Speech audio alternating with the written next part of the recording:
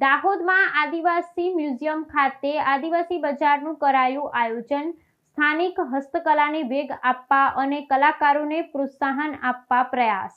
દાહોદ જિલ્લા ગ્રામ વિકાસ એજન્સી દ્વારા આદિવાસી મ્યુઝિયમ ખાતે આદિવાસી બજારનું આયોજન કરવામાં આવ્યું છે।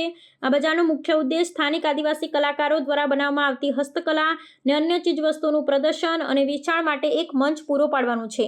આ બજારને નિહાળવા અને ખરીદી કરવા માટે મોટી સંખ્યામાં લોકો દાહોદ શહેરમાંથી આવી રહ્યા છે।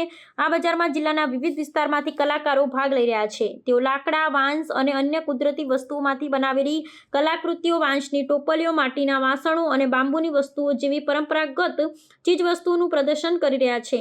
આ પ્રદર્શનથી આદિવાસી સંસ્કૃતિ ને કલાને પ્રોત્સાહન મળી રહ્યું છે। આ પ્રકારના આયોજનથી આદિવાસી કલાકારોને પોતાની કલાનું પ્રદર્શન કરવાની તક મળે છે અને તેમની આર્થિક સ્થિતિ સુધારવામાં પણ મદદ મળે છે। આ બજાર સ્થાનિક કારીગરો અને ખરીદદારો વચ્ચે સીધો સંપર્ક સ્થાપિત કરે છે, જેનાથી વચેટિયાઓની ભૂમિકા ઓછી થાય છે અને કલાકારોને તેમની મહેનતનું પૂરું વળતર મળે છે। આ કાર્યક્રમ આગામી દિવસોમાં પણ ચાલુ રહેશે અને વધુ લોકોને આકર્ષવાની અપેક્ષા છે।